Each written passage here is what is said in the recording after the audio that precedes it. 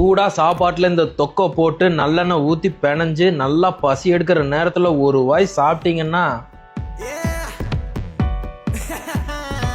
சும்மா அமிர்தமாக இருக்கும்.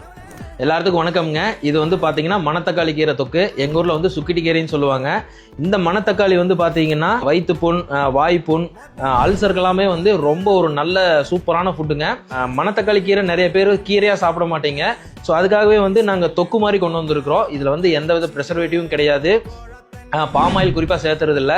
இந்த மணத்தக்காளியோட சுத்தமான மரச்செக்கு நல்லெண்ணெய் சேர்த்தும் போது அதோட டேஸ்ட்டே வந்து ரொம்ப ரொம்ப அருமையாக இருக்குங்க. ஸோ நாங்கள் மணத்தக்காளியை வந்து சுத்தமாக பறிச்சுட்டு வந்து சுத்தமாக கழுவி அதுக்கப்புறம் அதை எண்ணெயில் வணக்கி அதுக்கப்புறம் நாங்கள் அரைச்சி பேஸ்ட் மாதிரி பண்ணி தாங்க நாங்கள் இதை பண்ணுறோம். இந்த தொக்கு வந்து பார்த்தீங்கன்னா உண்மையிலுமே சாப்பிட்றதுக்கு அவ்வளோ அல்டிமேட்டாக இருக்குங்க.